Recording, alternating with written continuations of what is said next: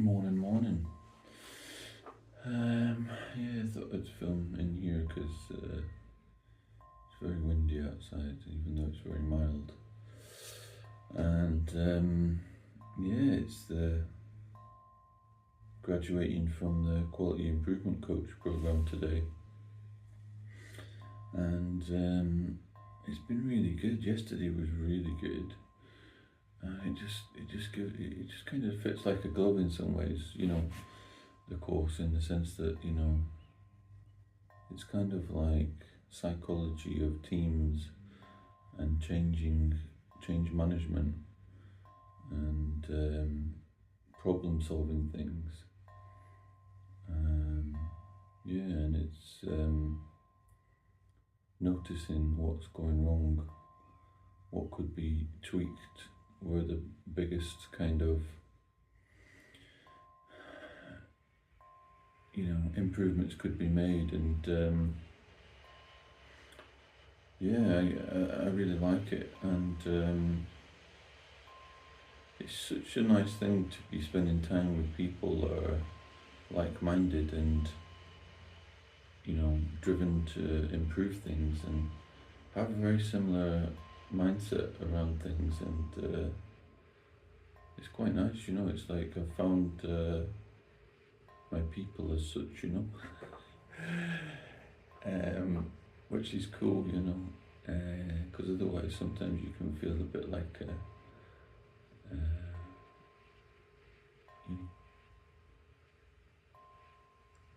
on a sea of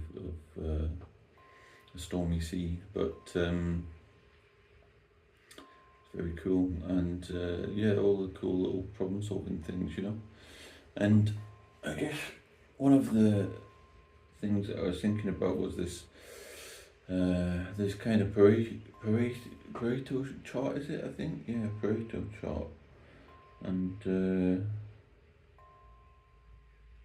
very cool. It's this idea that you kind of list out all of the potential changes or things that could be amended, and you look at where the kind of biggest impact, which of those could have the biggest impact,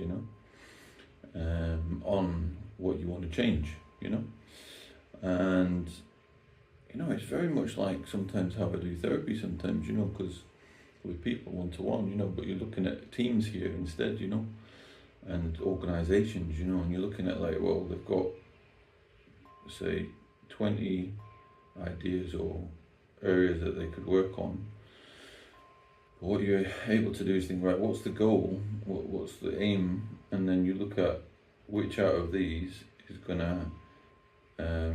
be not as difficult in some ways to implement potentially, or could be difficult still but have the biggest impact, on your aim or your goal, as in, we want to reduce waiting times, or we want to make it more cost effective or something, and you look at all the things and you think, right, so then you look at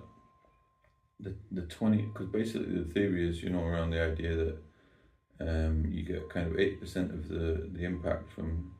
about 20% of the stuff sometimes, and so you can appeal it back to these 20% of the changes as such, and you look at it as like, right, okay, so if we were to change those first 5 things, we're going to get a huge impact from that, and it's a little bit like that, if we're looking at complexity in mental health presentations, it's a little bit like, what's the 1 or 2 things that if we work on them and change or help the person with, that's going to have a big cascade effect, a big effect for them, because it might be, for example, like if you try and work on their sleep or something, then that's not going to have a huge impact maybe, but if you work on, traumatic incidents that are triggered all day, and you process some of those triggers, then they're not going to have it's going to have a positive impact on the sleep, and it's also going to have bigger impact on quality of life or the difficulties that they're reporting that they have.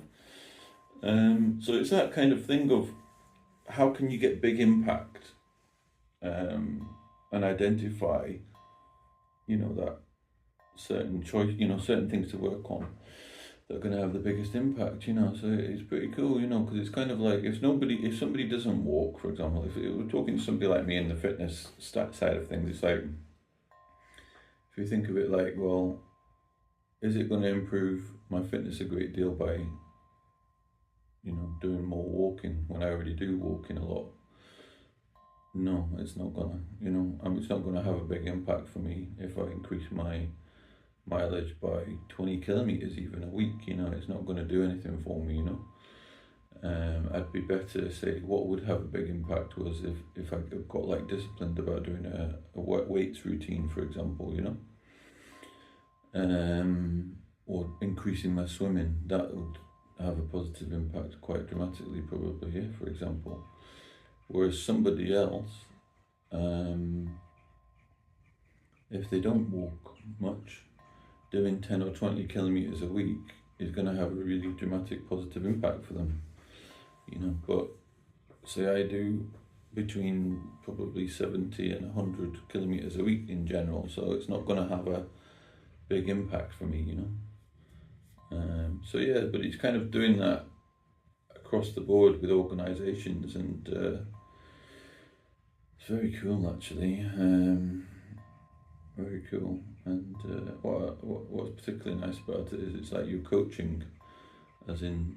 helping those people to reflect on things themselves, which has been an enriching thing for me, because I'm the type that tends to do everything and just crack on with it myself often,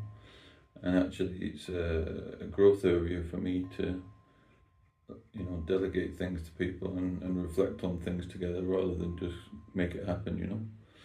But anyway, have a good one.